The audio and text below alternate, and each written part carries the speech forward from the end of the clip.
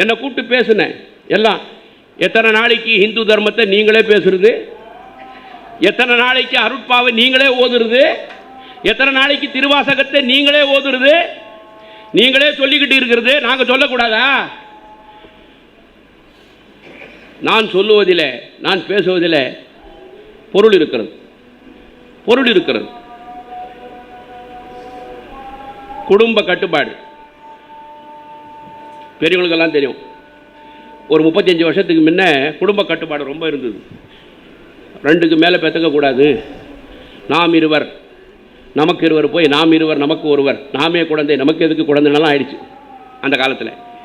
அப்போ ஒரு கருத்தரங்கத்தை வச்சாங்க, லயோலா கல்லூரி.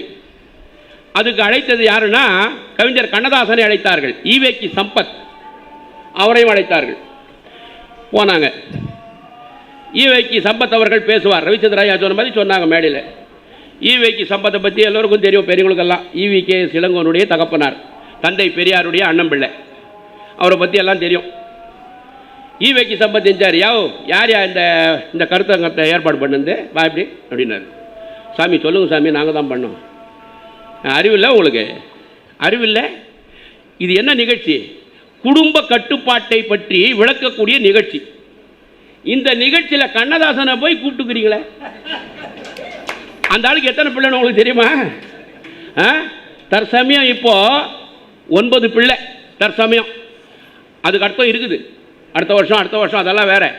9 பிள்ளையை பெற்ற ஆளுக்கு குடும்ப கட்டுப்பாட்டை பற்றி பேசுறதுக்கு அழைச்சிருக்கிறீங்களே, எனக்கு அப்படியெல்லாம் இல்லையா, நான் பேசினா தகும் அப்படின்னார் ஈவேக்கி சம்பத்.